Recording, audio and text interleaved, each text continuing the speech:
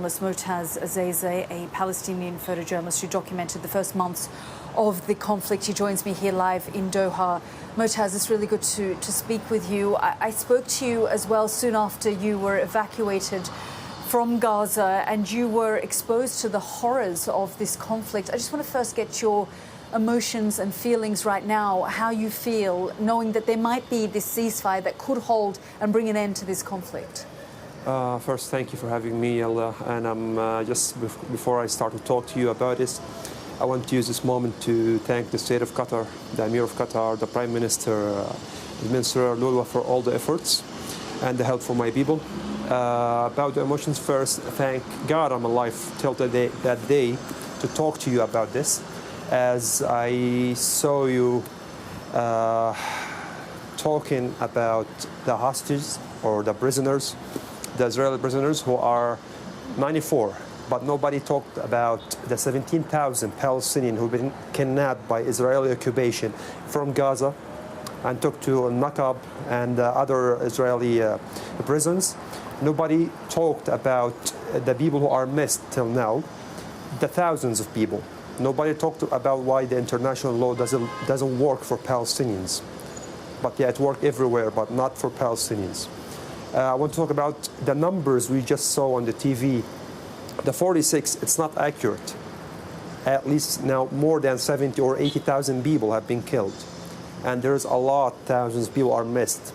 The Palestinian journalists who are missed till now, Nidal Luhaidi, Haytham Abdul Wahid, and more. The Dr. Hussam Abu Safiya, who have been kidnapped and nobody knows where is he till now. Israeli occupation took him in a tank and nobody knows where is he. Why nobody at least give her some respect for our blood, the thousands of people, not just dozens of Israeli prisoners, no, the thousands of the lives of Palestinians who are now, nobody knows where are they. At least when the Israeli prisoners go out and like in the hostages changing between Hamas and Israeli occupation, when the Israeli go out from Gaza, he go out like fat, smiling, in a good health. But when the Palestinians go out from the prison, after being kidnapped, after being being under torturing for like days and days, he's like, some of them went out from the prisons and they died after. Some of them went out and found their families have passed. So why you don't talk about this as like if you talk about the numbers, there are thousands of Palestinians. Nobody knows anything about them. You just spoke about the death toll of the Palestinians killed in Gaza throughout the course of this conflict. Of course, the Palestinian journalists on the ground have been trying to document this. International journalists have not been given access to Gaza other than embeds with the IDF.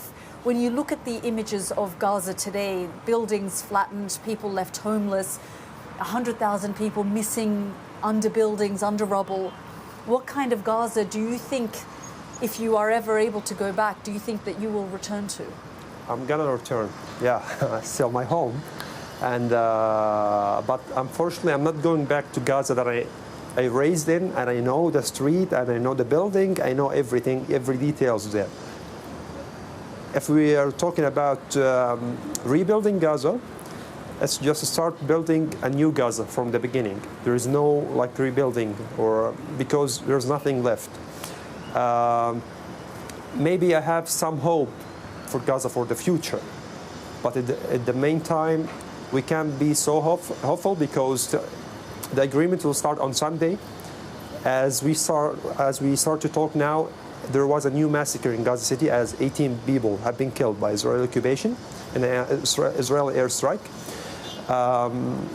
People are excited. They want to go back to their places, but they will not find their houses.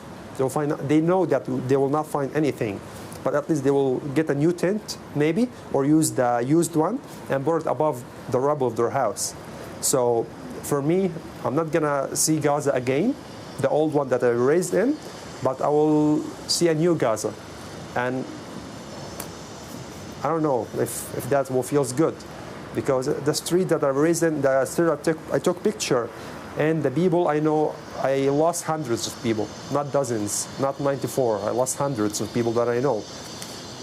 I don't know how I'm going to feel, actually.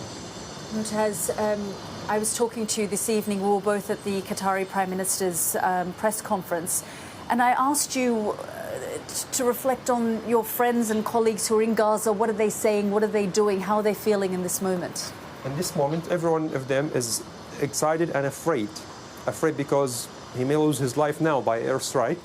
At the same time, now he know a day that he's going back to his house, because my house have 40 people, my friends, my colleagues, and they're all from Gaza City itself and the north of Gaza Strip. Now they know that there's a date we are going back to our homes after they lost family, after they lost everything. But at least they know that they are going to back their place, their land. They're excited. A lot of people start now to grieve and cry on the people that they have lost. Because this time, for us, now we were going to start to cry about the people we lost, about our lives, about the city, the places we have lost. So this is our time not to cry. This is not a time for celebrate to anyone. It's our time now just to imagine what happened to us, and the world watch a genocide. Motaz, thank you so much for joining us here on the program.